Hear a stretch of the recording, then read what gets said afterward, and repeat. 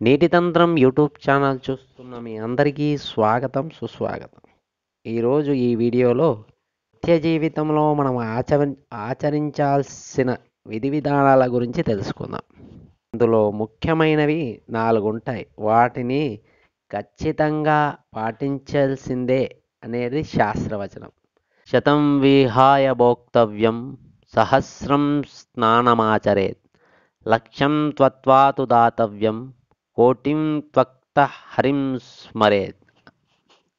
అంటే శతవిహాయ భోక్తవ్యం అంటే 100 పనులున్నప్పటికీ వాటినన్నిటినీ వదిలి భోజనాన్ని చేయాలి అనేది దీని అర్థం.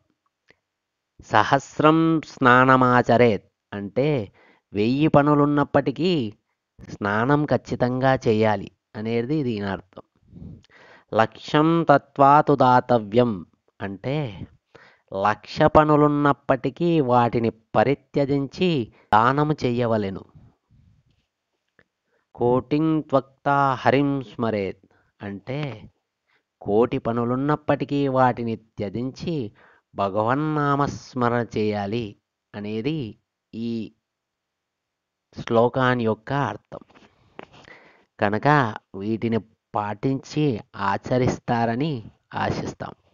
సర్వే జనా సుఖినో భవంతు.